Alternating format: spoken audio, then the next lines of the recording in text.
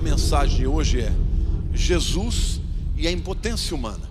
E eu quero que ao ouvir esta palavra, você possa se colocar no lugar deste homem, ou trazer essa circunstância para a sua própria história, porque o final dela é que quando o homem não pode, Jesus pode. E Jesus está aqui hoje para encontrar a sua montanha e encontrar a sua necessidade. A primeira verdade que eu vejo aqui é que ele se sentia impotente porque a sua condição era deplorável. E eu vou provar para vocês. O versículo 5 diz: estava ali um homem enfermo havia 38 anos, gente. 38 anos, não são 38 dias, nem 38 meses. Ou seja, era muito tempo que aquele indivíduo estava com aquela enfermidade, e era deplorável, porque ele tinha uma expectativa que nunca se cumpria. E a Bíblia diz que a demora da promessa adoece o coração. E algumas vezes a gente vai ficando mesmo embrutecido. E a situação dele era deplorável também por causa da condição que havia para receber a cura. O texto diz que havia um anjo que de vez em quando movia as águas, e quem chegasse primeiro ia receber a cura.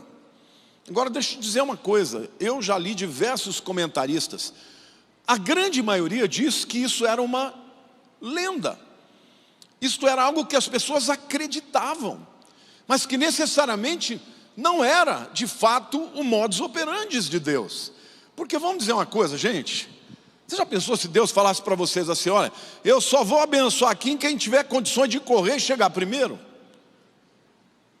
Um Deus que pode curar a todos vai dar condição só para os mais fortes, para os mais competentes? Então, eu também acredito que isso aqui era uma expectativa errada, baseada nas muitas tradições que o povo judeu tinha, e que não eram verdadeiras.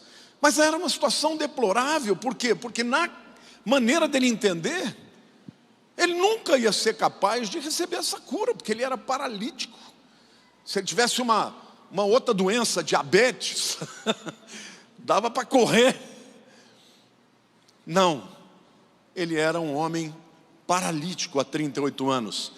E segundo a condição que ele acreditava ser o instrumento da cura, ele nunca seria curado. A sua condição também era deplorável, porque ele estava com a expectativa no lugar errado. E eu quero dizer uma coisa para você: todos nós, enquanto estamos vivos, nós temos expectativas, temos esperança. Isso faz parte da condição humana, porque quando o homem perde as esperanças, ele fica desesperado, ele não quer mais viver.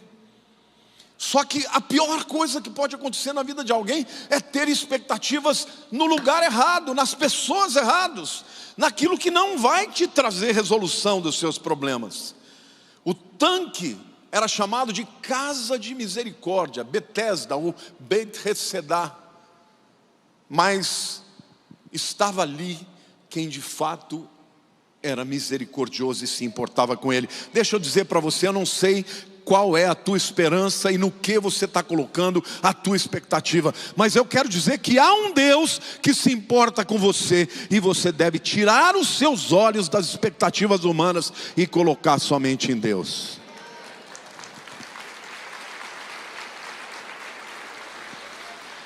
Ele se sentia impotente também porque o seu esforço era infrutífero. Gente, ele estava lá há 38 anos, e ele tentou algumas vezes,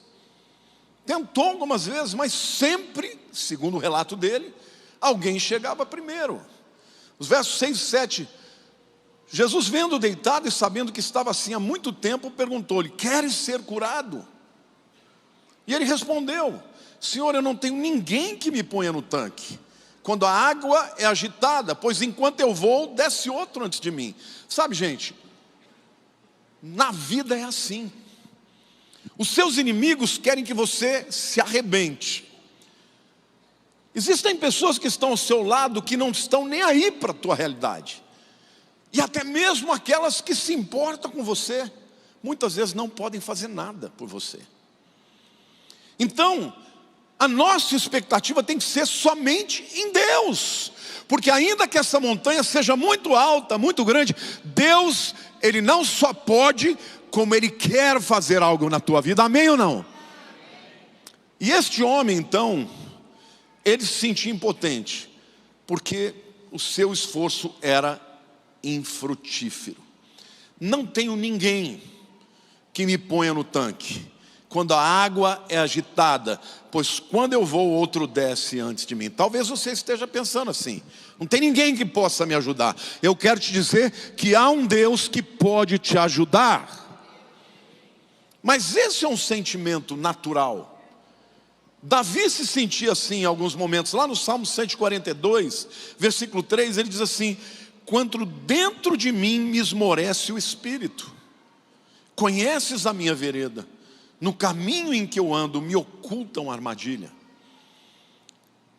E Davi entendia o que você e eu sentimos às vezes. Você está esmorecido na tua alma, no teu espírito.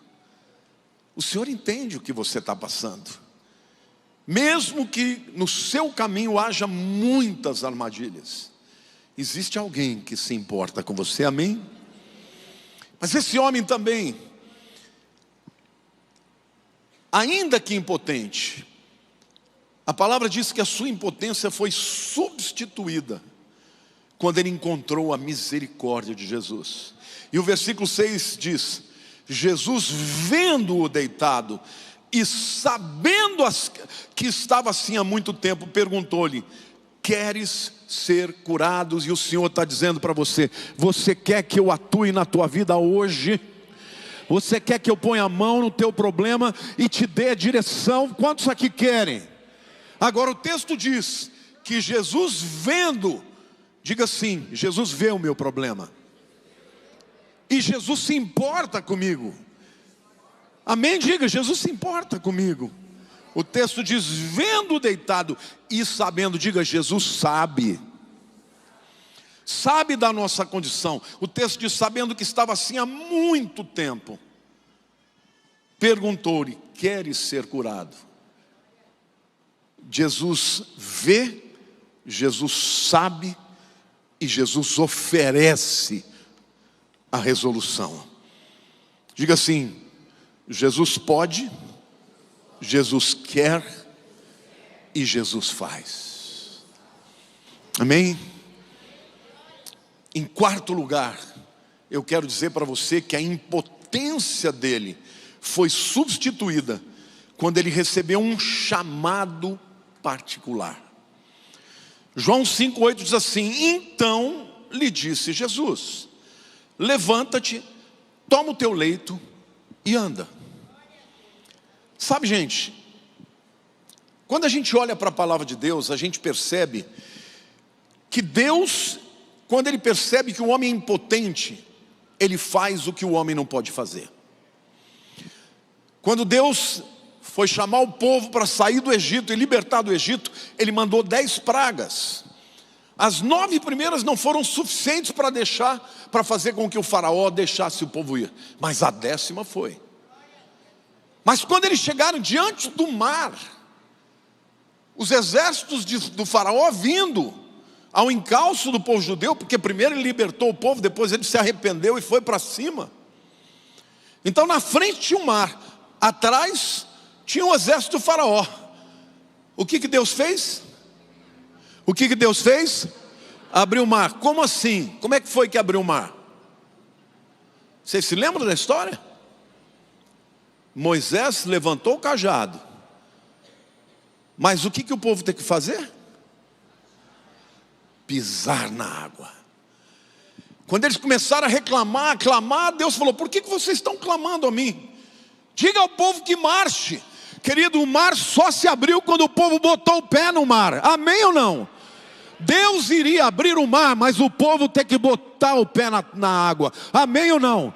E Deus está dizendo para você: toda vez que vocês querem experimentar um milagre, você precisa crer no sobrenatural de Deus, mas você tem que fazer a sua parte. Agora, a sua parte não é fazer o que você acha que tem que ser feito, e tampouco fazer aquilo que a lenda ou a tradição diz que tem que ser feito. Na cabeça daquele homem, quando Jesus ofereceu a cura, ele disse: mas não tenho ninguém para me levar. O senhor vai me levar? Eu não vou conseguir chegar lá. Essa era a mentalidade daquele povo que estava lá. Mas o que Jesus estava dizendo era: toma, levanta, toma o teu leito e anda. Eu creio que no momento que ele começou a se levantar, ele se viu curado. E aí, obedecendo a voz do Senhor, ele pegou o leito e foi embora. Amém ou não? E o Senhor está dizendo para você: eu ainda faço milagres hoje. Eu ainda faço aquilo que você não pode. Mas você tem que fazer a sua parte. Você tem que fazer a sua parte e crer que Deus vai fazer a dele. Amém ou não? Quando o povo chegou no deserto, e aquela travessia demoraria 11 dias. E eles chegaram a um lugar chamado Cádiz Barneia. Eles avistaram a terra, mandaram 12 espias. E os espias entraram na terra e voltaram com os relatos. Olha, a terra é maravilhosa, mana, leite e mel de verdade. Só que os gigantes que estão lá são muito grandes. Eles vão nos devorar. Nós somos como gafanhotos diante dos olhos deles. E aí Moisés chamou o povo. E 10 espias disseram: nós não vamos conseguir entrar. Josué e Caleb disseram: eia, subamos animosamente, porque o Senhor Deus vai nos fazer possuir essa terra que Ele nos prometeu. Mas o povo preferiu ouvir os 10 espias que não criam, e por isso morreram no deserto. Entendam uma coisa: Deus, Ele te promete a vitória, mas para você se apropriar dela, você tem que crer e fazer aquilo que lhe cabe. Eles tinham que entrar na terra, e na terra Deus estaria com eles, e na terra eles iriam lutar contra aqueles gigantes e contra os povos dali, e Deus iria dar a vitória para eles. Amém ou não? Mas eles tinham que invadir. Toda geração que descreu morreu sem a bênção. Mas Josué e Caleb, ainda que tenham te esperado mais 40 anos, eles entraram na terra, porque eles fizeram a parte deles e obedeceram à direção de Deus. Eu quero te dizer que Deus também tem um chamado específico para a tua vida.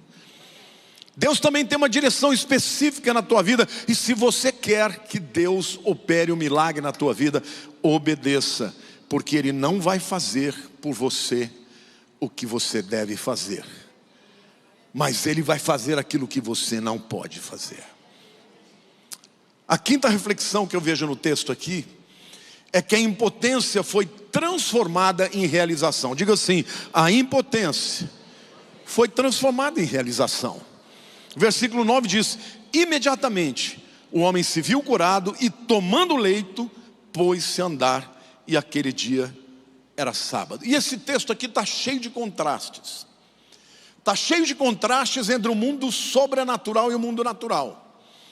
O texto fala imediatamente, diga imediatamente. Contrasta uma vida de 38 anos de impotência. Se viu curado, contrasta com a condição de paralítico por 38 anos. Tomando leito e pôs-se a andar, contrasta com uma imobilidade de 38 anos. Então veja, aquele homem, ele foi o recipiente de uma bênção, de um poder extraordinário na vida dele, mas dentro do milagre, daquela cura completa, tinha que ter uma atitude da parte dele. E eu quero dizer para você, igreja, nós estamos vivendo tempos difíceis, e a igreja precisa se levantar e fazer a sua parte para conquistar aquilo que Deus tem para nós. Amém ou não? Glória a Deus. Você pode dizer: eu creio nisso.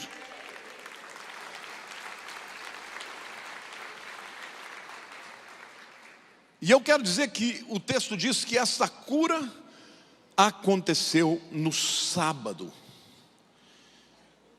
E eu não sei se vocês sabiam, mas os judeus tinham uma série de regras em relação ao sábado. Por exemplo, eles não queriam que ninguém curasse no sábado. Jesus teve muito problema com os judeus por causa disso. Mas o próprio Jesus falou: se uma ovelha de vocês cai no poço no sábado e vai morrer, vocês salvam. Por que eu não posso salvar um filho de Abraão? Então saiba de uma coisa: a metodologia de Cristo nem sempre vai estar de acordo com os parâmetros desse mundo. Quando Deus quer fazer uma coisa na tua vida, Ele vai fazer de maneira que Ele quiser, mesmo que isso for completamente diferente daquilo que os homens esperam ou aprovam. Amém? Diga assim: Senhor Deus, eu preciso que o Senhor me ajude a vencer a minha montanha. Amém? E algumas vezes você vai ser como aquele homem, como aquele indiano, Ramchandra, sei lá, não dá nem para falar o nome desse. Mas o fato é que ele, por 14 anos, ele escavou aquele túnel, até que ele pôde passar do outro lado. Mas em outras vezes, você vai estar diante de situação que você não vai poder fazer nada. E é nessa hora que Jesus vai fazer. Diga assim: o que eu não posso, Ele pode. O que eu não consigo, Ele quer. O que é impossível para mim, Ele realiza. Quantos aqui creem que Jesus vai realizar na tua vida um milagre na área que você necessita? Diga: eu creio. Amém, irmãos? E por último lugar, eu quero dizer que a impotência dele foi substituída por um testemunho corajoso. Como é que você quer viver a sua vida? Chorando, reclamando, procurando justificativas para o seu fracasso, ou você quer ter um testemunho de vitória como esse homem teve? E a nossa história termina assim: começa com um homem diante de uma impotência exacerbada, cheio de esperar, mas até para sair do lugar da esperança ele precisava de ajuda. E termina com ele encontrando o Salvador. Os versos 10 e 11 diz: por isso disseram os judeus ao que fora curado: hoje é sábado, e não te é lícito carregar o leito. Ao que lhes respondeu: o mesmo que me curou me disse: toma o teu leito e anda. A quem que eu vou obedecer?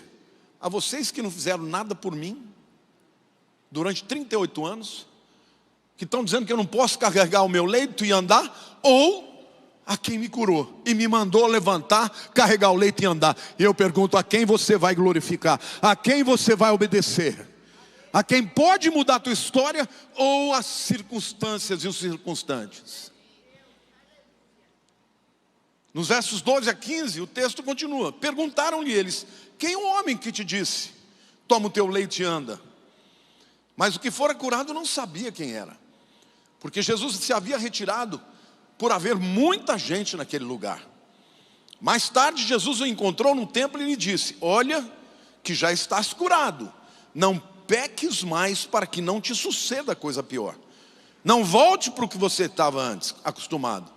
O homem retirou-se e disse aos judeus que fora Jesus quem o havia curado. Quantos aqui querem um dia dizer para todo mundo que foi Jesus que te salvou? Que foi Jesus quem resolveu o teu problema, que foi Jesus quem mudou a sua sorte? Quantos aqui vão dizer: foi Jesus? Então busque Jesus, porque Ele é capaz de fazer isso na sua vida. Amém ou não?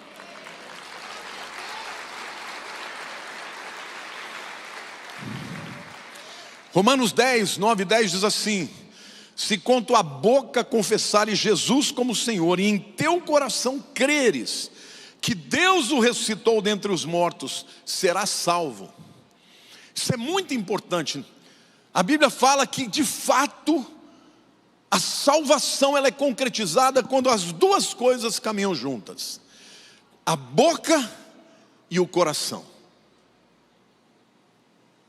Porque com o coração se crê para a justiça, e com a boca se confessa a respeito da salvação. Lá em João capítulo 12, versos 42 e 43, João nos mostra que muitas pessoas creram em Jesus, porque ele era fazer coisas extraordinárias, mas nem todos que creram confessaram. Olha o que o versículo 42 e 43 de João 12 diz: contudo, muitos dentre as próprias autoridades creram nele. Muitos, não foram poucos. Mas por causa dos fariseus, não confessavam, para não serem expulsos da sinagoga, porque amaram mais a glória dos homens do que a glória de Deus. Deixa eu dizer uma coisa para você.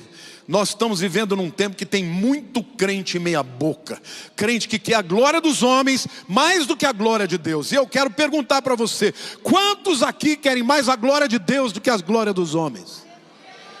Então você está disposto a confessar Jesus diante dos ciclos de amizade, de trabalho que você tem? Quantos estão dispostos a dizer: foi Jesus? Aquele homem teve um testemunho corajoso, mas muitos, inclusive das autoridades, creram nele. Mas por causa dos fariseus, sempre vai ter uma causa. Os fariseus de hoje, as circunstâncias, talvez você tenha vergonha, porque o teu ciclo, as pessoas vão dar risada, vão mexer com você. É assim, gente. Tem gente que não aguenta assumir a sua fé perante os outros. Tem vergonha do que as pessoas vão dizer. Mas a Bíblia diz: porque amaram mais a glória dos homens do que a glória de Deus. Eu não sei você, mas eu quero a glória de Deus. Eu não quero a glória dos homens, amém? Glória a Deus, aplauda o Senhor. Seja um crente que tem um testemunho. Não procure a Jesus somente no momento que você precisar de uma cura, de uma porta aberta, de uma solução que você não pode resolver. Quando Ele te abençoar, quando Ele te, abrir uma porta, quando Ele milagrosamente estender a mão para você, fale sobre Ele mais do que nunca, mesmo que para isso você tenha que perder a glória dos homens. E eu concluo essa palavra dizendo: não tem ninguém aqui que seja todo poderoso. Às vezes você se encontra numa situação de tanta prosperidade, de tanta bênção, onde tudo acontece a seu favor, que você pode correr o risco de achar que existe algo em você. Deixa eu te falar uma verdade: nós somos efêmeros, fracos, passageiros, impotentes. Se não fosse a mão poderosa de Deus, nós seríamos destruídos. Mas se você tem a consciência de que você serve a um Deus todo-poderoso, você não vai temer o mal. Por quê? Porque maior aquele que está em mim do que aquele que está no mundo. Maior aquele que está em vós do que aquele que está no mundo. Amém ou não? Mas quando chegar o momento da glória, o momento em que todas as coisas estiverem dando certo para você, confesse a Jesus: foi por causa dele. Você tem duas maneiras de dizer: é por causa dele que eu confesso, ou por causa dos fariseus que eu me calo. A quem você vai escolher?